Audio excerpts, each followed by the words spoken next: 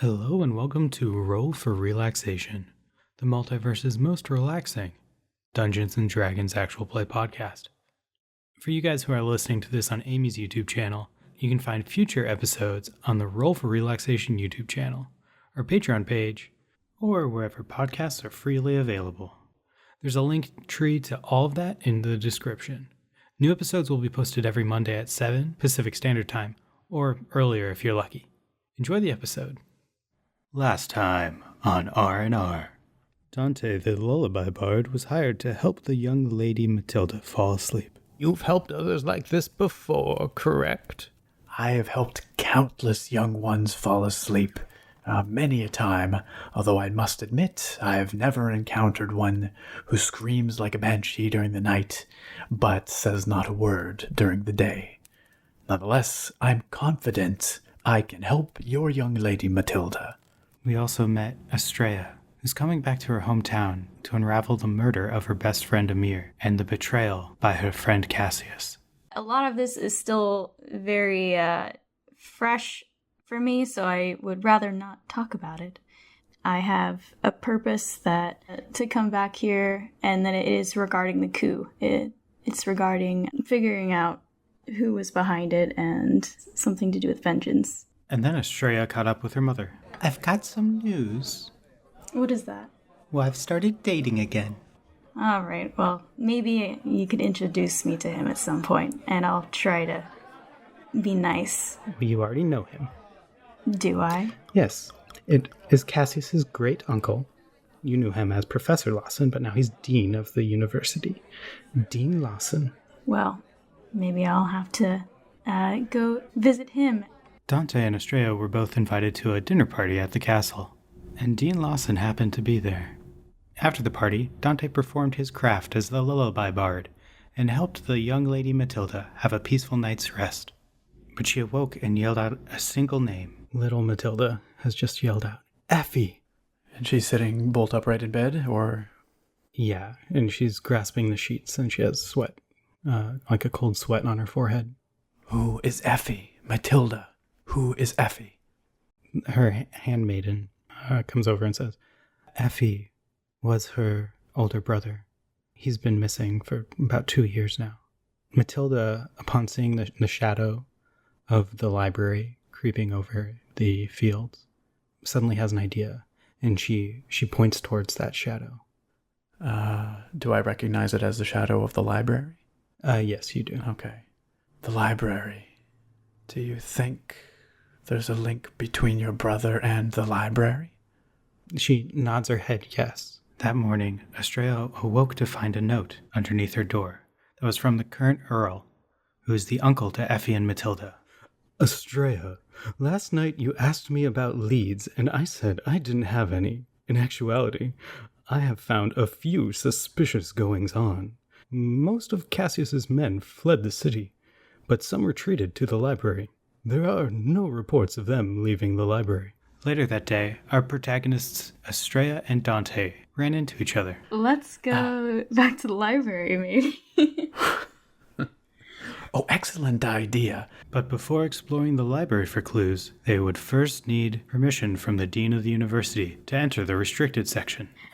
What is it that you need? I was curious, perhaps Sir Dante and I could look into the restricted section. There's some information we believe would be very crucial to us. So you guys are pretty set on this path of going into the restricted section to find out what happened to Effie?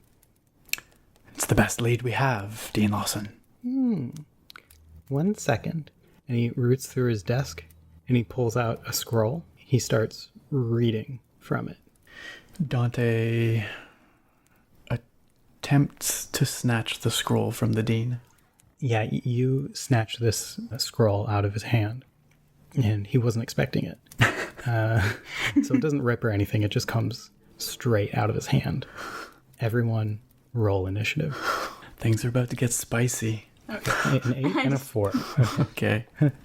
You guys see he sends this blast of ice right at you. And that is where we'll end our session tonight. Oh my gosh. Episode 3. The episode where it starts to get crazy.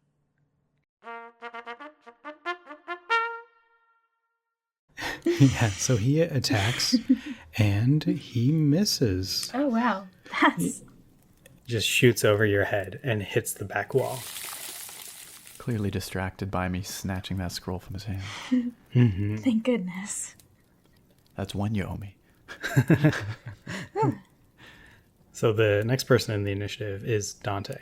Given that I'm not in the mood for murdering this man, not just yet anyway, I'm going to try and sleep him. I'm going to try and put him to sleep. Oh, I guess I got it. So I'm going to target this in such a way, ideally. I don't know what the space of this room looks like, but can I target this in such a way that I'm not putting us all to sleep? So I'd say that it's like a 15 by 15 foot room. Uh-oh.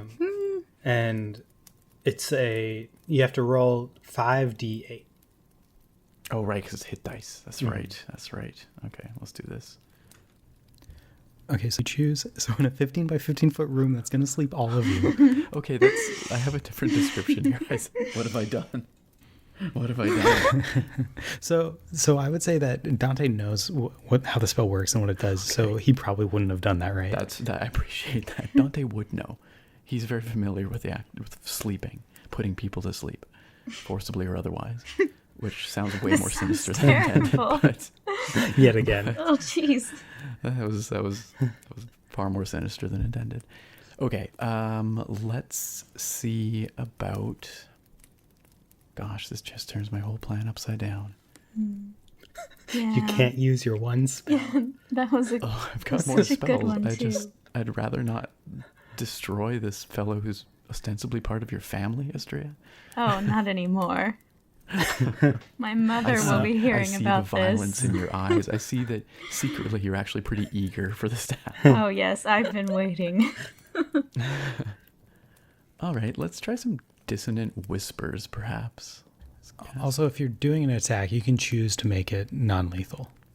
Okay, all right. I can make a non-lethal attack with my sword. You can just bonk them over the head. Sounds good. It might get CTE afterwards. There you go. All right, I'm going to attempt to cast a dissonant whispers. And he got a 14. He passes. Your dissonant whispers. He hears them, but he's like, I'm not giving in. Does he take half damage or just nothing? Half as much damage and doesn't move away. Okay, I'll roll my 3d6 then at least. Okay, so you deal him 5 damage. Big hits, big hits. So Astraea, he looks like he's going a little bit crazy. Oh my. I'm going to try and put him out of his misery. And in terms of not killing him, and try to knock him out by hitting him with the brunt of my sword. Like the flat of your blade? Like the back, like the bottom of it. Like trying to with the pommel. Yeah, with the pommel. There you go. Just bonk him on the head with it. A 6.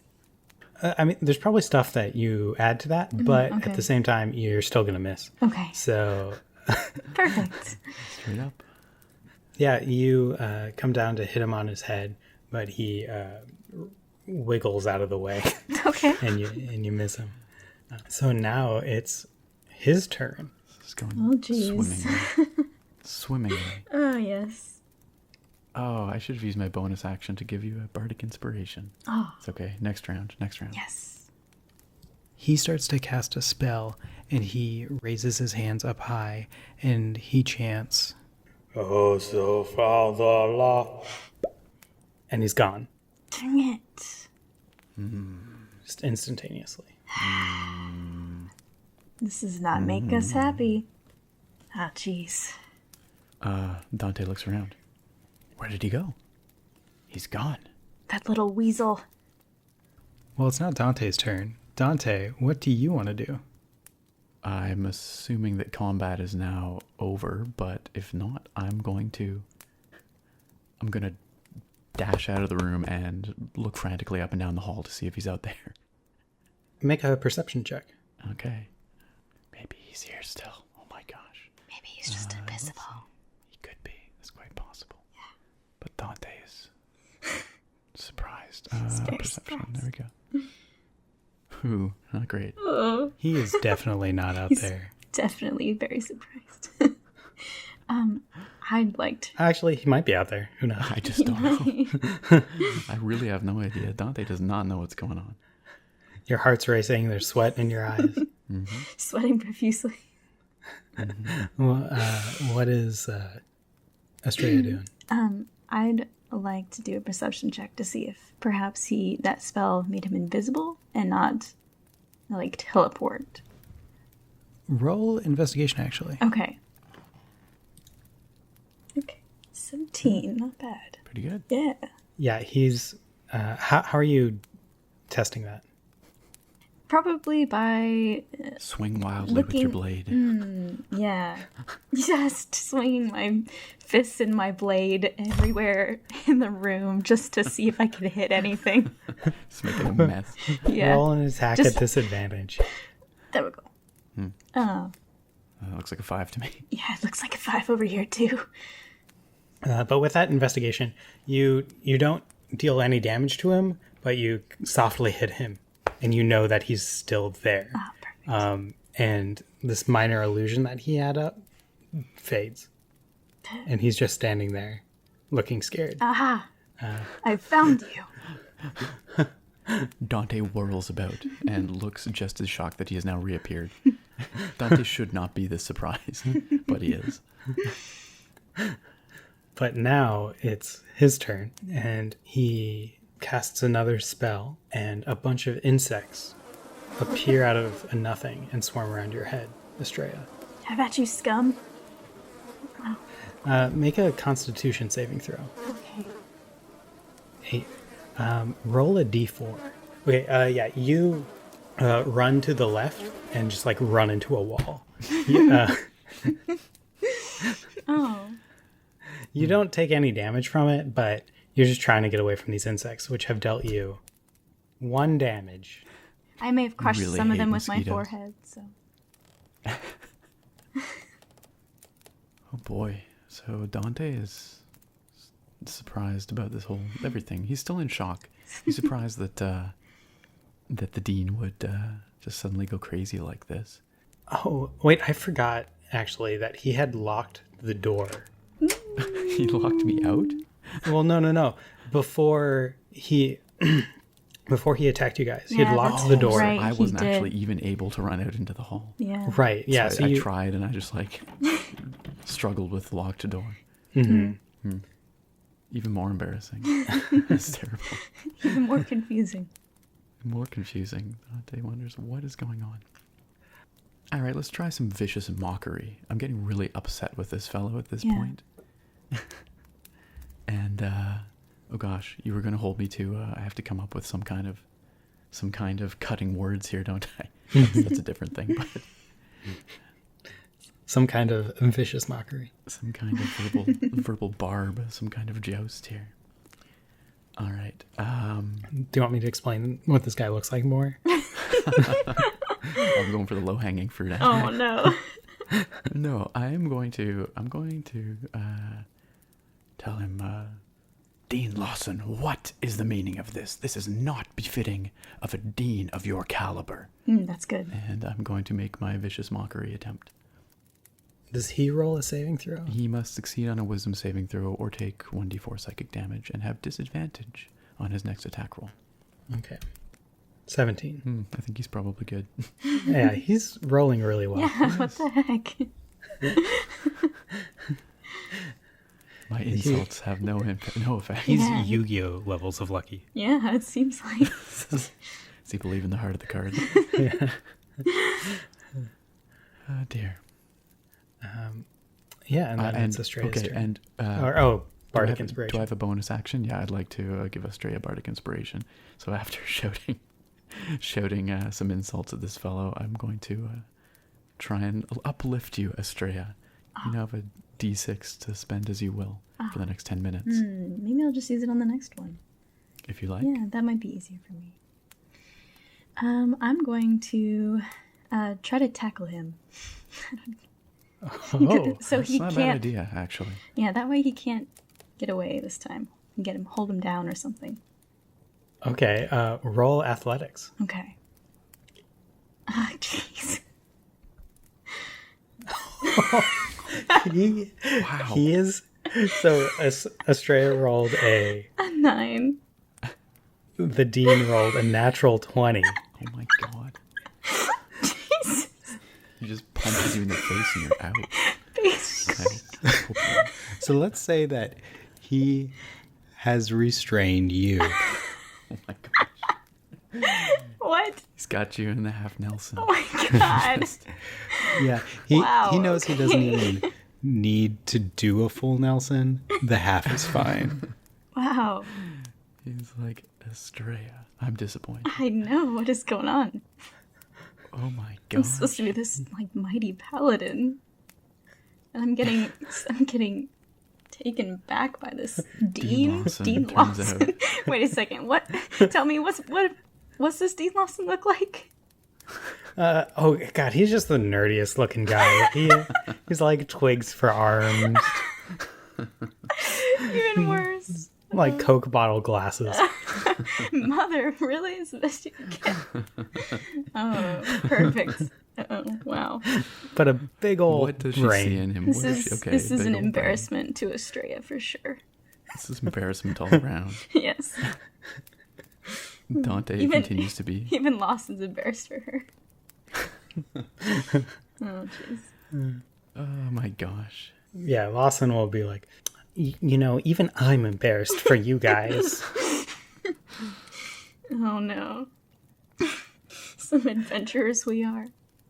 My bardic inspiration made no difference. You still have that D6, by the way. Oh. You might need it when you attempt to escape Dean Lawson Yeah, next that's turn. my guess. Yeah, so he'll go, and that casts a spell that causes a stocky, muscular blue minotaur to appear next to you, Dante.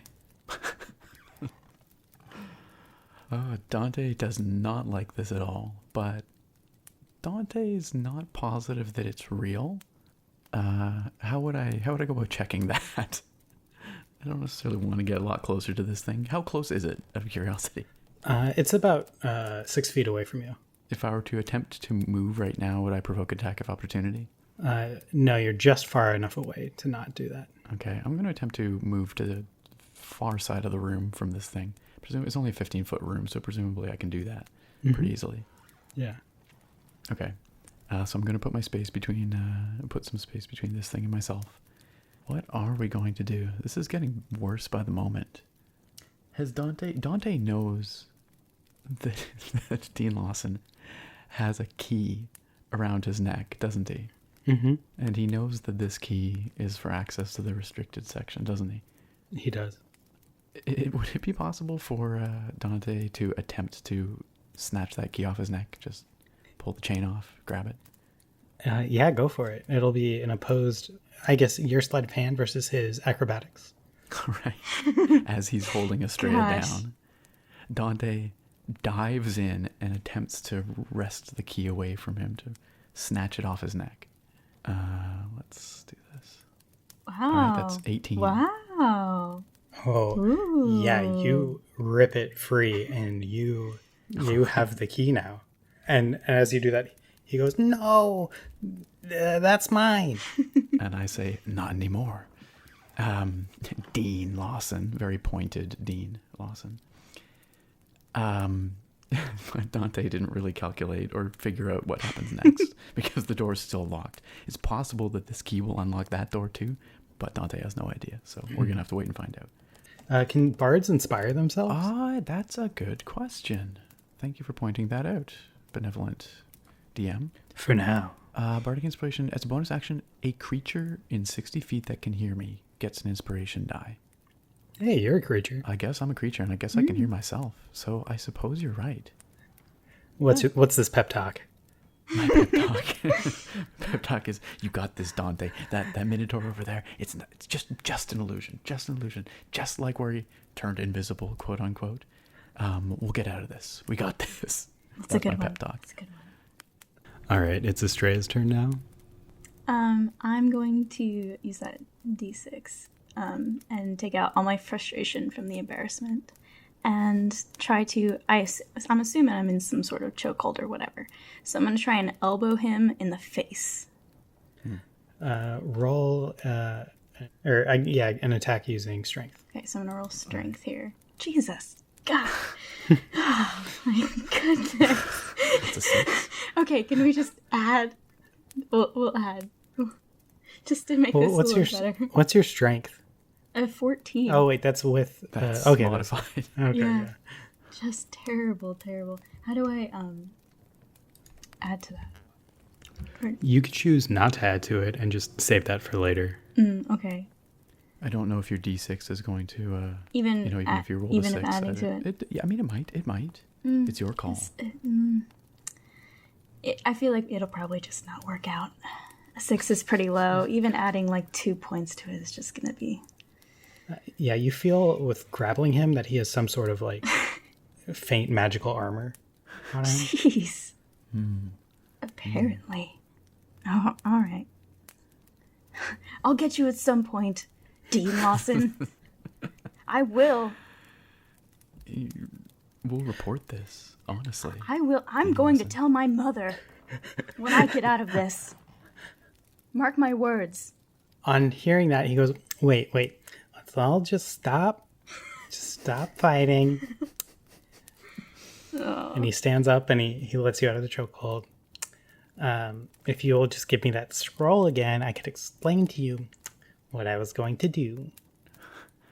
Dante looks down sheepishly at the scroll, which perhaps he has clutched in his other hand, key in one, scroll in the other. He gives Dean Lawson an appraising look. Can I make a perception check, I suppose? Does it seem like he's being, honest here? Yeah, roll investigation. Investigation, okay. That's a 17. Yeah, you think he's doing a ploy. All right. And it's your turn. He's doing a bamboozle. It's my turn? Mm-hmm. I say... Okay, so he's let go of Astraea, correct? Yes. Okay, I am going to keep hold of this key, and I'm going to keep hold of this scroll. Is his Minotaur still over there? Yes, it hasn't moved. Okay. But it's looking very threatening. Very threatening indeed, and not having moved. Is it going to be a full round action for me to try and look at this scroll again and figure out what's on it? Yeah, I'd say that would take your action. Or your bonus action. One of those of your choice. We'll use my bonus action to Okay. attempt to decipher this scroll. Roll Arcana. That's an 18. Yeah, this is a scroll of imp summoning. A scroll of imp summoning. Mm-hmm. Okay. I'm going to call him out on it. This here does not look like the kind of scroll you use on friends, late Dean Lawson. What are you about summoning imps?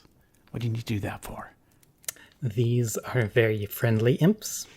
They will fix your clothes and shine your shoes. I look at Astraea and I say, he's full of bullshit. I agree. I'm going to teach you a lesson, old man. Oh my gosh. And how do you teach him that lesson? I'm still going to try to attack him. I really want to punch this guy in the face, like, so bad. Okay, I just go for it. need Just a punch good him in the opening. face. I Absolutely. just need to get out all my frustration on this guy. Wow. I'm just not in the cards for me today. Oh, but it's +4. Oh, okay. And also, you do have my bardic inspiration die still. Let's use that now then. So you're at 14 right now. 15. That hits him. Good. Good. Perfect. I'll bring you justice with my fist. I actually gotta look up unarmed attack because no one ever does that. It's probably like I 1d4 just plus needed strength to or something. feel his jaw in my fist. Oh my god. I'm real angry Dante at this is guy. watching aghast as Astraea just cold cocks this guy who just let her go. Not that he loves Dean Lawson at this point, by the way. Like, he's very suspicious of this man. But Yeah, so you have dealt him 3 damage Okay. with that punch. Hey, it was worth it. That is square on the jaw, and he is wobbling. Like he's almost fallen over. So what he's going to do is Dean Lawson tries to disengage from you. So he's not doing any spells. He's just trying to bob and weave away from you. And he runs towards the door, puts the key in the door, and he opens it, and he makes it about 5 feet out the door. This is a separate key, sorry, that he has? Yeah, not the big key around his neck, but Okay. just like a set of small keys. All right. I will attempt to... Has he moved far enough away that if I cast sleep out in the hallway, I could target just him? Yeah, because the hallway's pretty long, so you'll be able to do that if you step outside and look down it. All right. I'm going to pursue to the point where I can see him out the door. I'm not sure if I can see him from within the room. And then I'm going to cast sleep, centered on a place where I'm not putting myself to sleep. He just clunks down. He falls asleep immediately. But you also hear other thunks happening in adjacent rooms.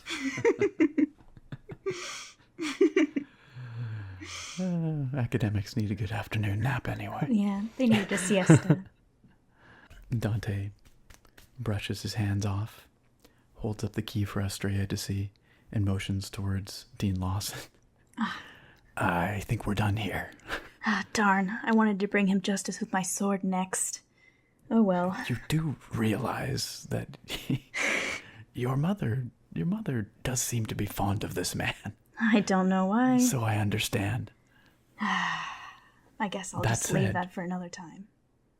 He did attack us rather unprovoked. There was something about asking to go into the restricted section, He really that- didn't like that. which is deeply, deeply suspicious, I must say. Yeah, my guess is there's something there that he didn't want us to see. But why would that be? I mean, surely there's dangerous things there, but he could have just told us, no, it was off limits. There were Yeah, dangerous I mean, things. I feel like he just went from 0 to 100 in just 10 seconds. Maybe we also shouldn't leave him lying down on the floor in the hallway. I think that is a brilliant idea, perhaps the best we've had all day. Maybe we can drag him back into his office. Yeah, lock him in there with the Minotaur that might still be there. Oh, the Minotaur disappeared. Okay, good. Okay. Whew, ha, good. Yeah, maybe we could tie him to a chair or something. Or... I mean, depends on how long he'll be asleep. That is a good question. How long will he be asleep? 1 minute. 1 minute. We're running out of time. Maybe if I hit him on the head, he'll be out for longer. I'm not going to condone that, but I'm going to I'm going to look away, and I'm going to...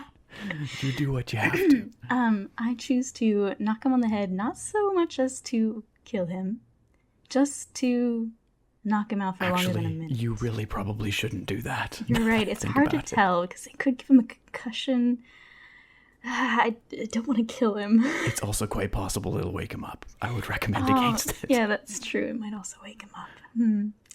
All right, well, Okay, then quickly, we better just grab his feet. jump I've to got his head. action. Let's get him in. Let's get him into the room. All right, quickly. all right. Okay, let's do that. Okay, we're going to attempt to very quickly hustle him into the room and tie him to the chair with the 20 seconds we have left. If anything, we'll have him, his arms behind his back and everything. So even if he does wake up, we'll still be able to... I mean, I don't know, this guy is so athletic, but... Astraea, I'm going to attempt to tie him. I guess we don't have any rope. Dante searches around for rope. Is there any Don't we rope? have any rope? Don't we have rope in our adventurers bags? Yeah, if you guys have your packs on you, you'll definitely have yes, rope. I suppose we do, although I don't know that I would have brought my pack for this meeting necessarily. But, I'm going to say that I did. okay, you're always prepared. Paladin must always be prepared. Okay. Astraea, quickly tie him to the chair while I search him. And Dante is going to quickly pat down the dean's limp form to make sure that... Skinny, frail body. see if he frail body, to see if he has any other keys. For instance, the room key I'd like to take. Okay, roll investigation, and Astraea roll sleight of hand to see how good your knots are. Okay. Investigation. 18. I make some. Ooh, That's the only type. good roll that I have made. And a 19 on my investigation. Yeah, so you find the keys that he was hiding, but you also find in his breast pocket 2 letters. I will mutter under my breath, very interesting, and tuck them away because we're rapidly running out of time before he wakes up again. Yes. We better make our way to the restricted section. Shall we gag him? I suppose, yes, so that no one finds him and he can't scream for help. That's the idea, yes. Yes. All right, I guess we'll gag him as well. I'll leave that to you. With we can use pleasure. a previous sleight of hand. Perfect. Okay, great. All right, now let's get the heck out of here. Yes, let's go. We vacate the room, and I lock the door behind us.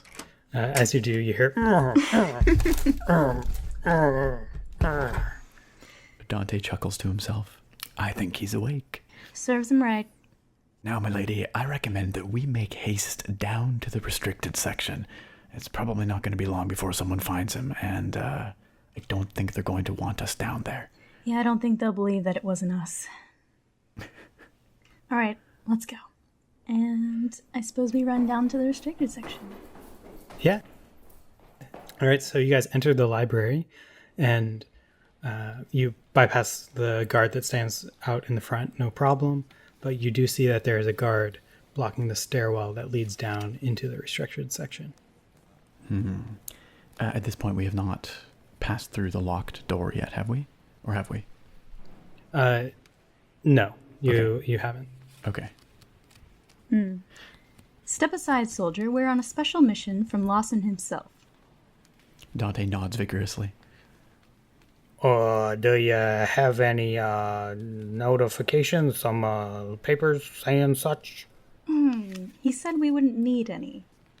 It's very special. And I give him a wink. Like, we're in on it. Don't worry. Roll deception. Damn. All right, I'm going to roll just a d20 for perception. Solid roll. It's a 19 there. Wow. Okay. Yeah, with 3, Yeah. the guard goes, oh, well, yeah, go on right down. I'm sure the dean will be really pleased with what you're doing down there.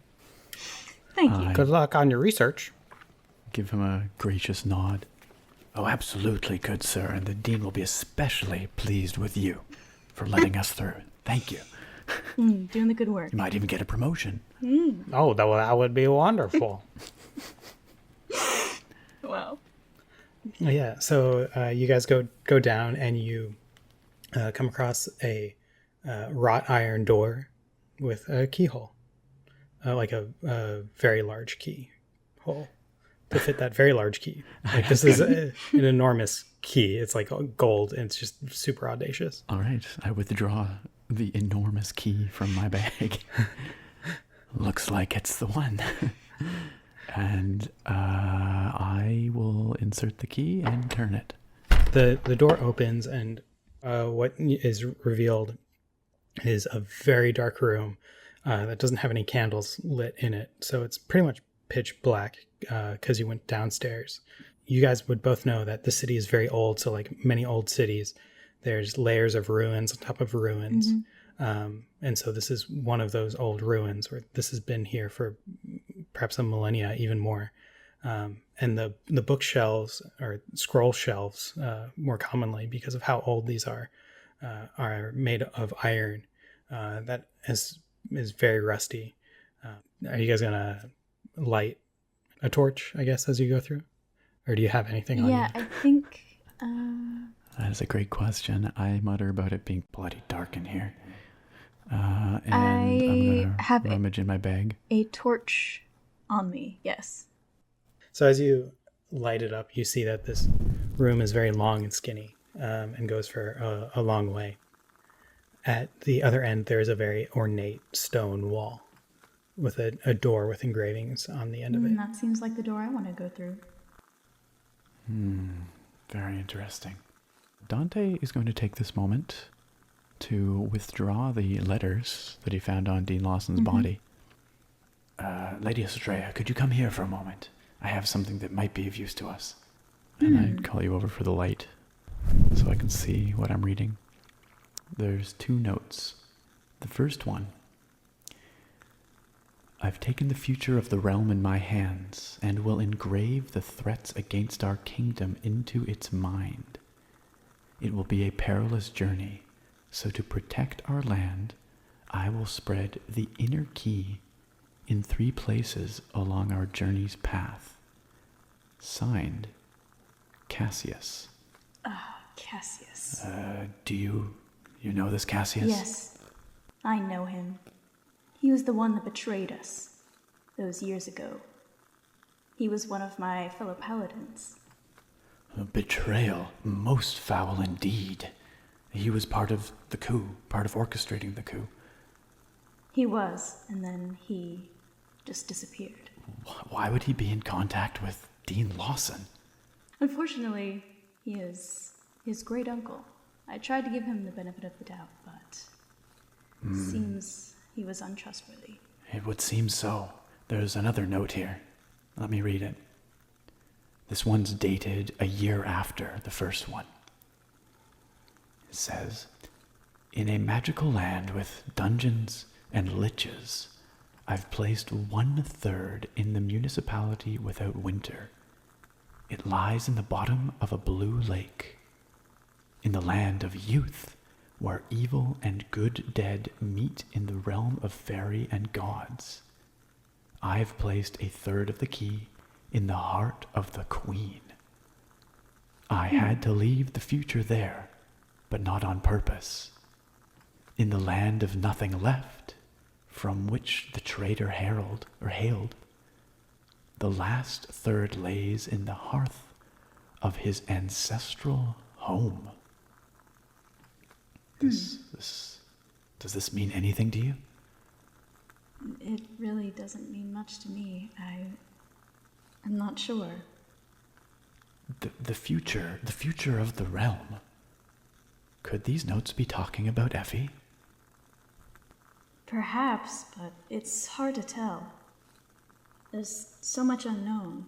Something about a key and 3 pieces, different realms. This is all getting very interesting indeed. And fairies and liches? Old gods? I don't know much about that. Sounds like something straight out of the stories that I would be reading to Matilda. Exactly. I'm just surprised of seeing Dean Lawson cast all those spells in general. This is all too much.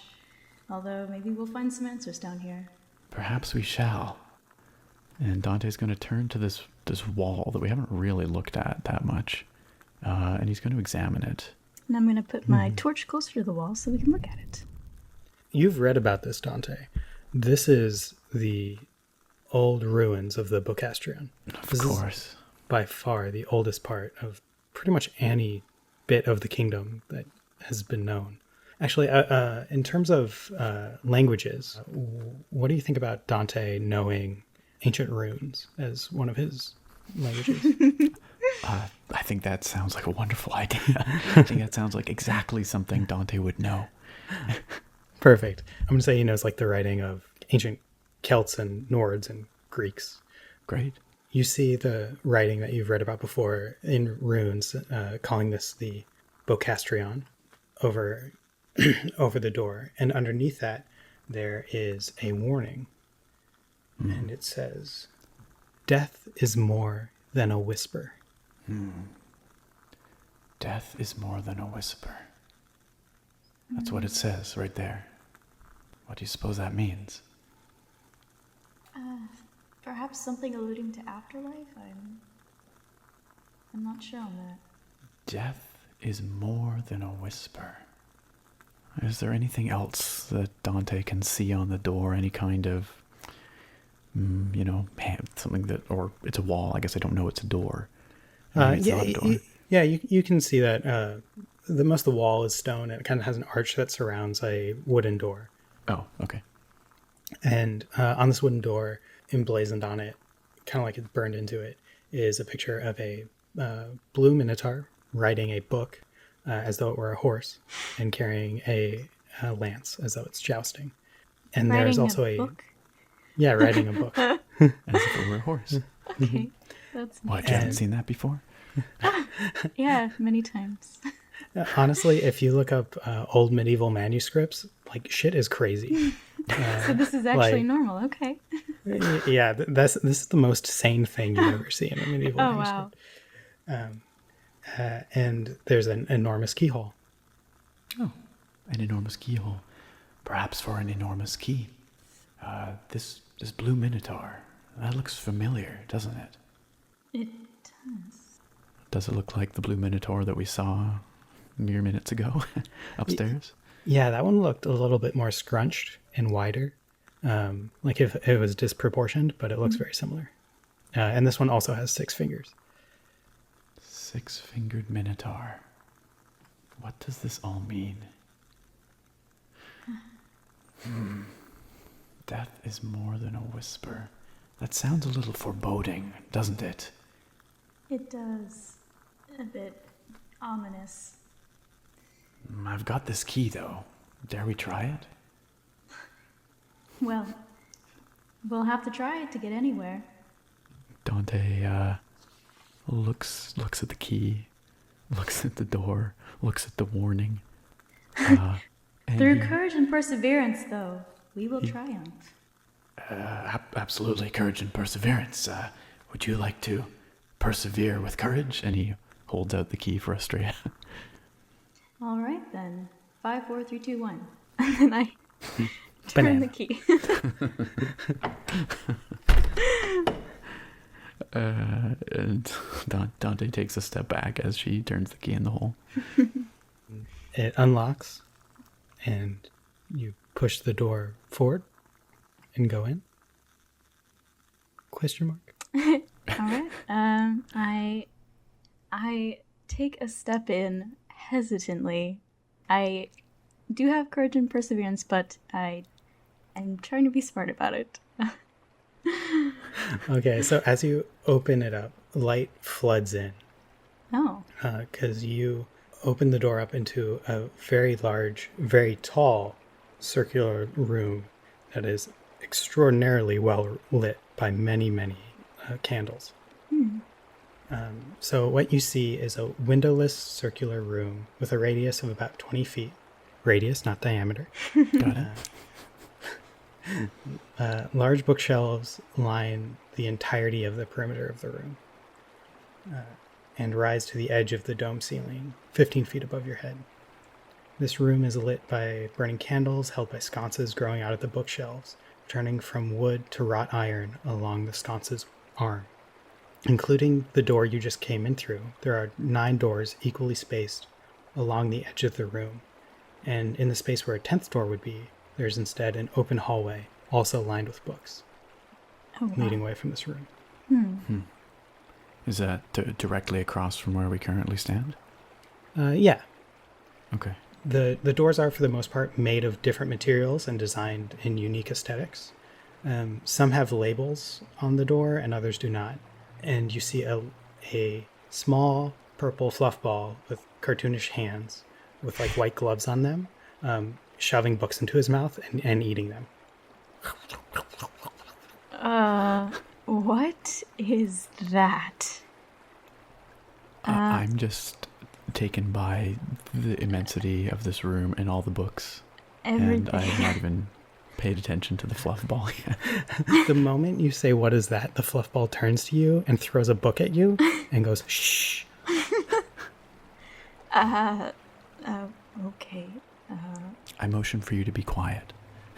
And I whisper to you, "Rather uncouth Lady Astraea speaking aloud in a library such as this." Sorry, I didn't know. What is going... Dante motions a sorry to the purple fluff ball. Sorry. He or it looks at you and shrugs and goes,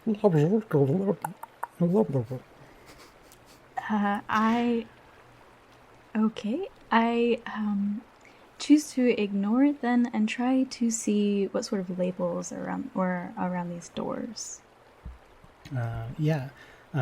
So I'll go through and explain what all the doors look like. Sure.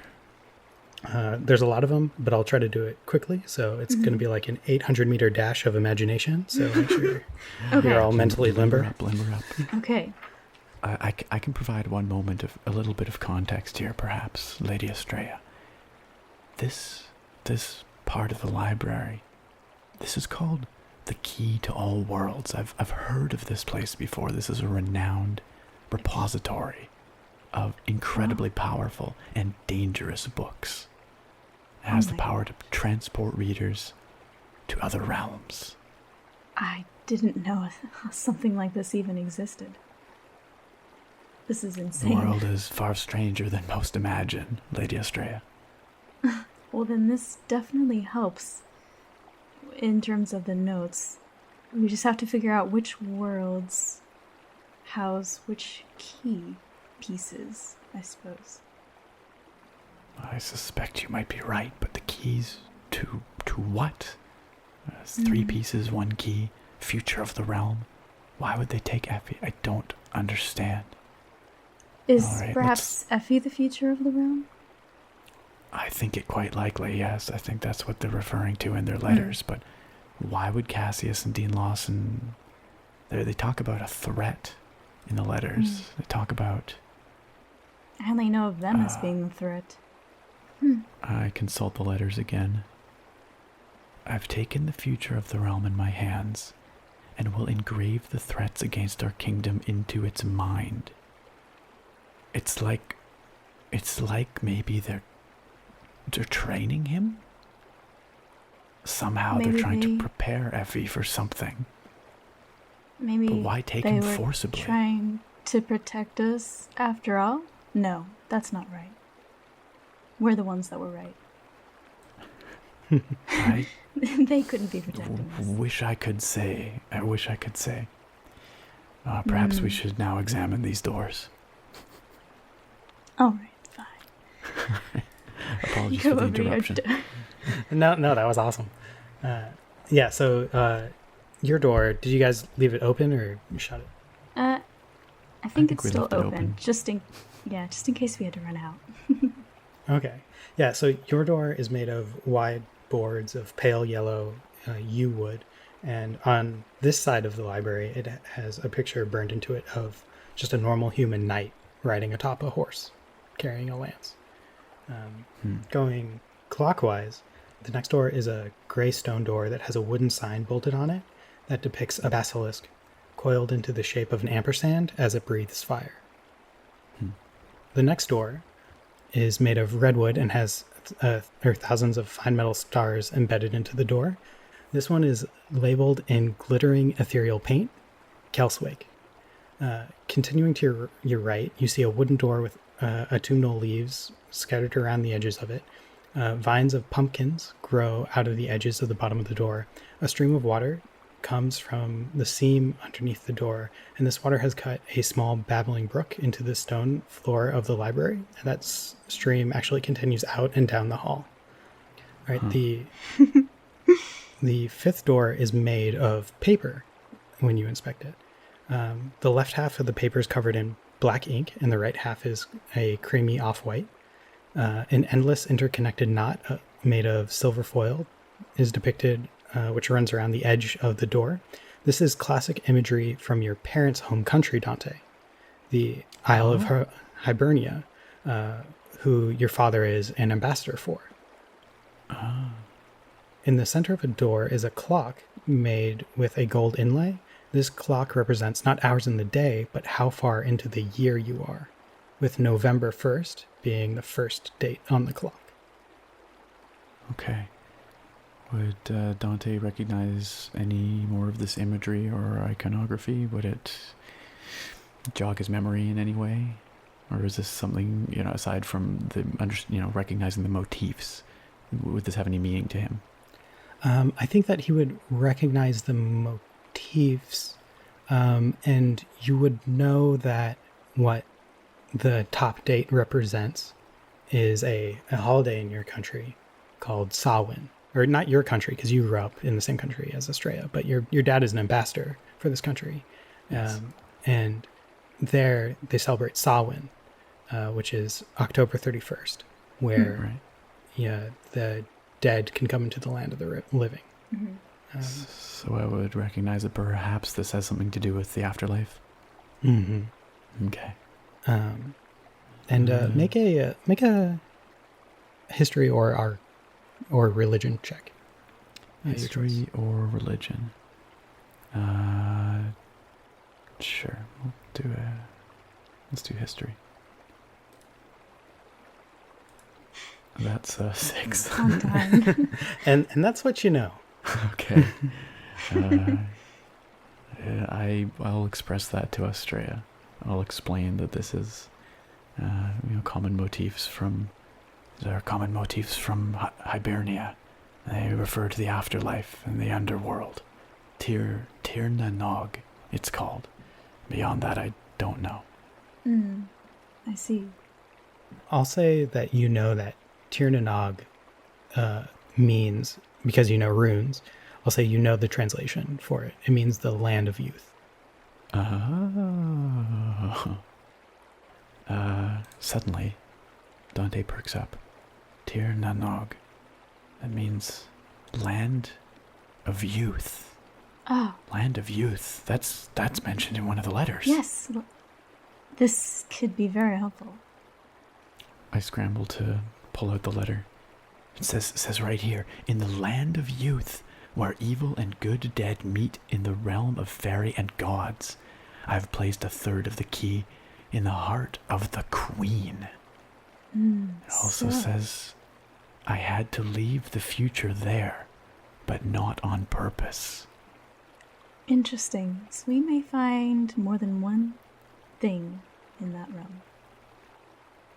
We might find a piece of a key. We might find Effie. I don't know. This is all getting very strange.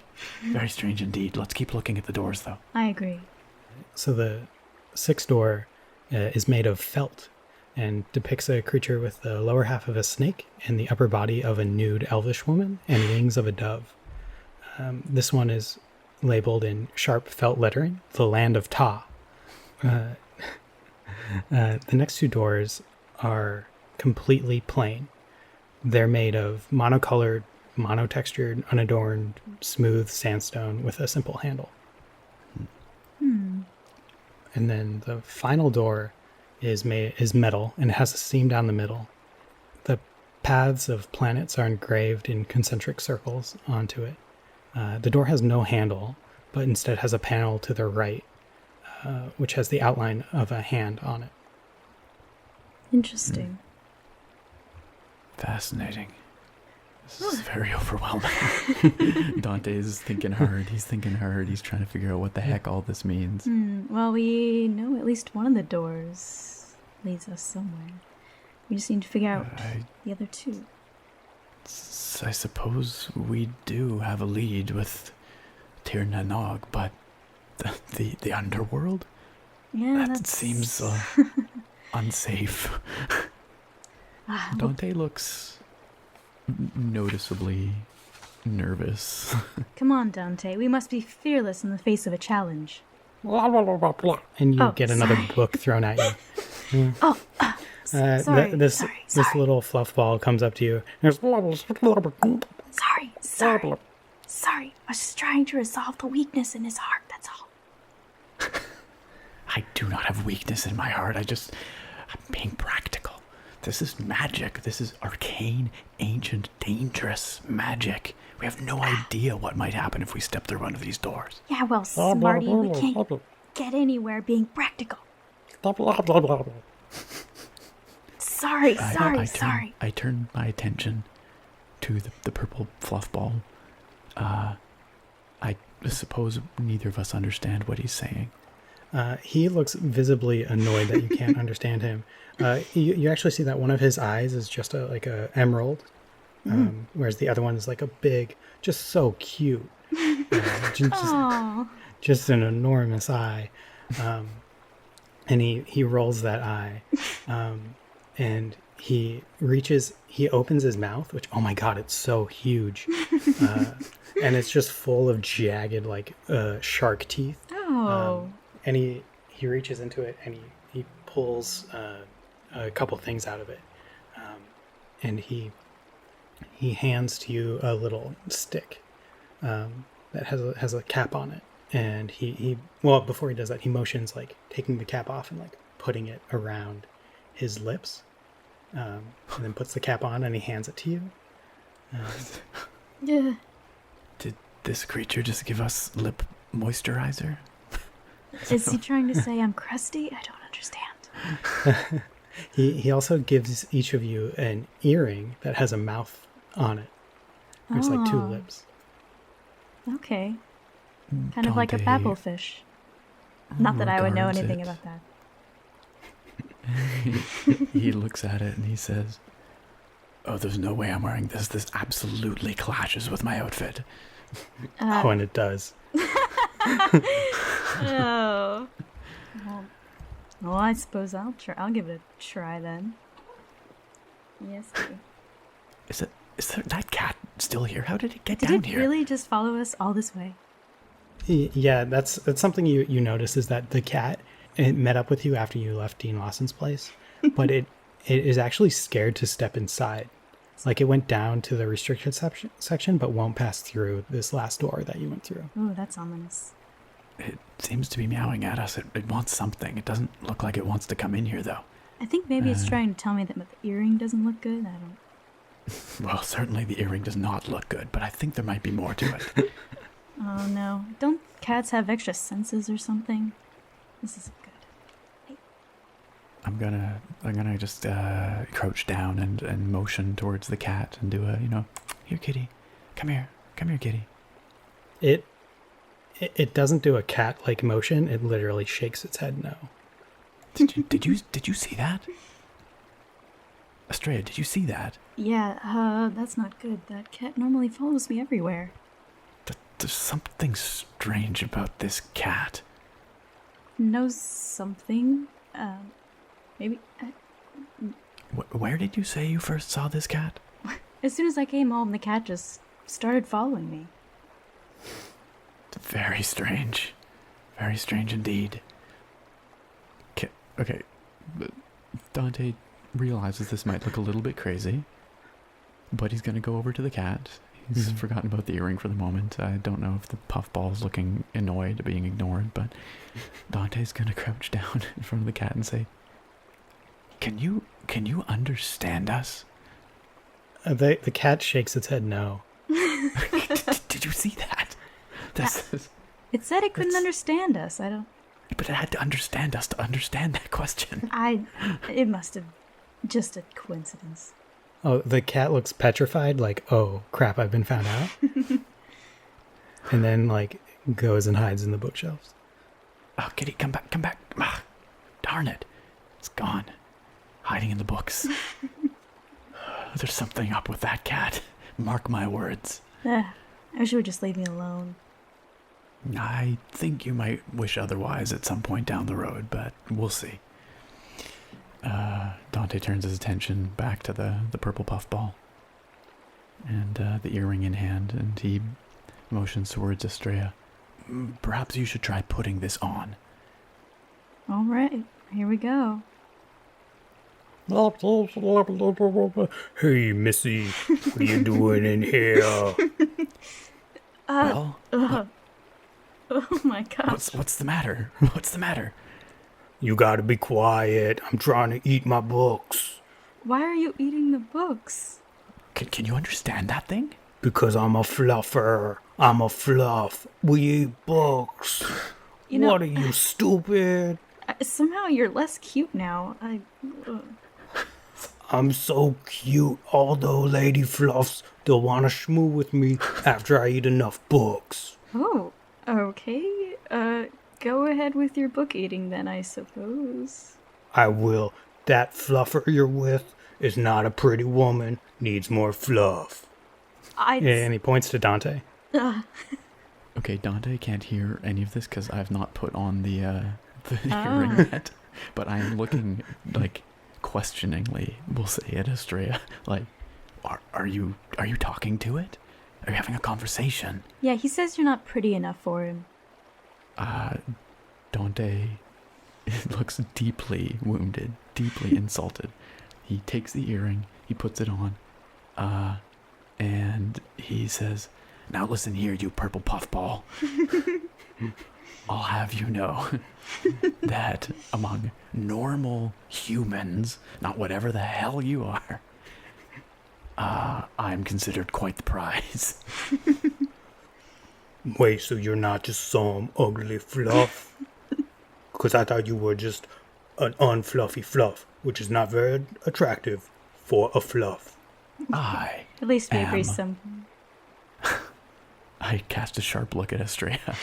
I am famed bard Dante Darrington, and you had best watch your mouth. Your very large, pointy, book-filled mouth.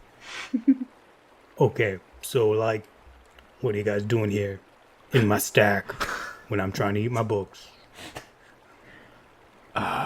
It's a very good question. We're looking for a young lad, actually. Probably, what would he be now? 16, 17 years old? 15 maybe? No. Effie would be 11. He'd be 14. 14? He'd be, yeah, he'd be like 16, actually. Okay. A youth of 16 or 17, although he might have been somewhat younger when he passed through here. This would have been, perhaps 2 years ago. Do you remember seeing such an individual? What do I look like? Like I was born yesterday? Because I was. Oh, what? I'm not familiar with the life cycles of Blue. whatever you are. A fluff. Fluff, yes, of course, excuse me. So how long have you been here, then? I've been here like 6 hours. Been working my way down the hall.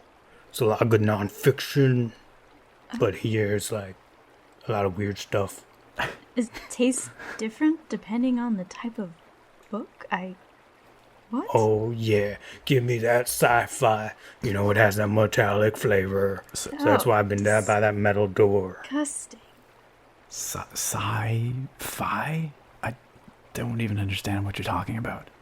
Yeah, I only know fiction and nonfiction. But you're saying you eat these books and you can taste what's behind the door?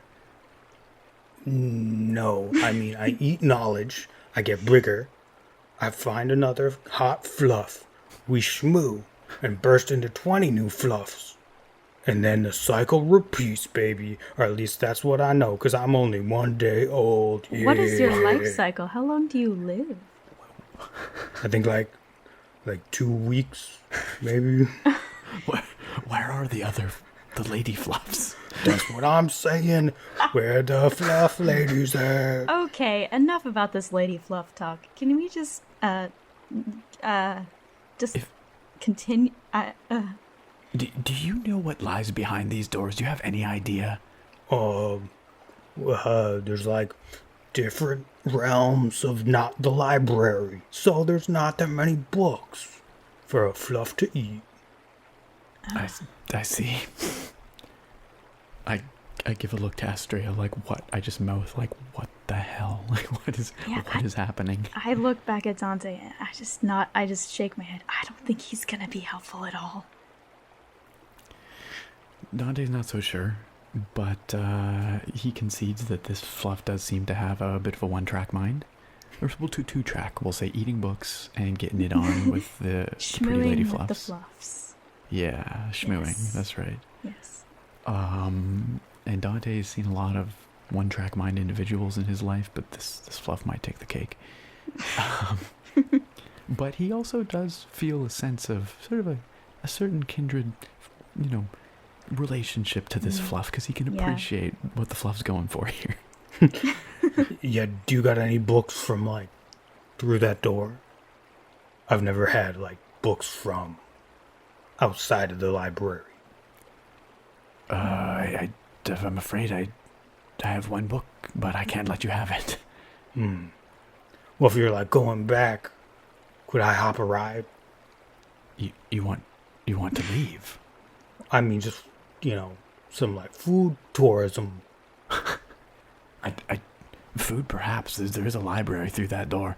Although I don't know if you're going to find any lady fluffs on the other side of that door. I don't know how they would react to you. Although it's just the restrictive section. I don't know what to make of any of this. Yeah. Go ahead. Is it possible that you know anybody else? Is there anybody else in here? Anybody who may have been here for longer than 6 hours? Oh, yeah, like if you go down the hallway, there's like a whole ecosystem. Like, I think there's just infinity books. So you, eat a book, and it grows back. Oh. That's fascinating. It's like a giant organism? Interesting.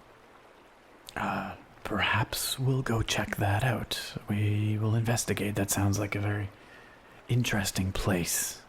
I guess we'll go down the hall and see what it brings us. After you, my lady. Oh, but of course. Oh, you got them big legs. Let me hop on. And he climbs up Astraea. Jeez. All right. You still Dante. may be of some use to us yet. Dante chuckles under his breath and whispers, I think he likes you. Astraea cringes. But she knows that she may need this fluff, so she just tries hard not to punch this fluff in the face. I mean, that'd be funny if you tried. I don't know. It depends on what this fluff does. I might punch him in the face. The fluff whispers into your ears. Oh, take me to them lady fluffs with your long human legs. That's what you're called, right? Just be quiet while you're making the way towards the hall. I don't even know. We'll find you those silly fluffs, I guess. Dante's starting to take a shining to this fluff, actually. Dante gives him a broad wink and says, we'll get you your lady fluffs. My opinion of the fluff is just going downhill fast. It started out pretty strong with him insulting Dante, but now it's just not good anymore. All right. Let's make our way. And I suppose I make my way towards the long hall of infinity books. Okay. Yeah, you guys make your way down the hall, and it is very long. When you first enter the hall, you can't see the end of it. But like the room that you came into, it's lit by these candles that seem to grow out of the bookshelves themselves. Yeah, it takes you about a mile of walking before you start to see. Oh my gosh. Wow. A light at the end of the hallway. As you get to the end of this hallway, it opens up and is even more bright. It's almost like there's sunlight coming from somewhere, although as you walk out of the hallway and into this open space, you see that you're still indoors, and you're opened up into this large spiral area that goes up as far as you can see and down as far as you can see, just filled with more books and more hallways going off.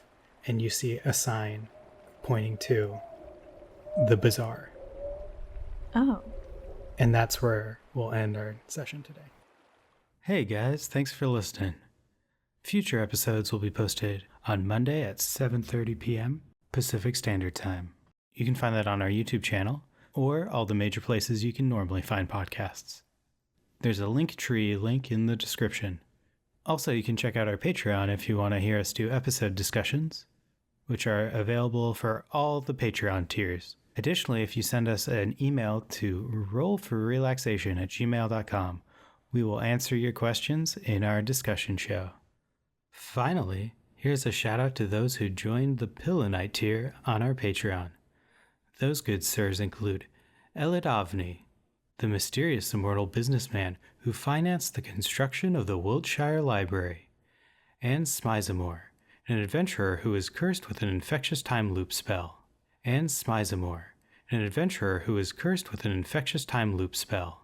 Additionally, thanks to Liam Voiles for being our first patron. And Smizamore, an adventurer who is cursed with an infectious time loop spell. See you guys in the next one.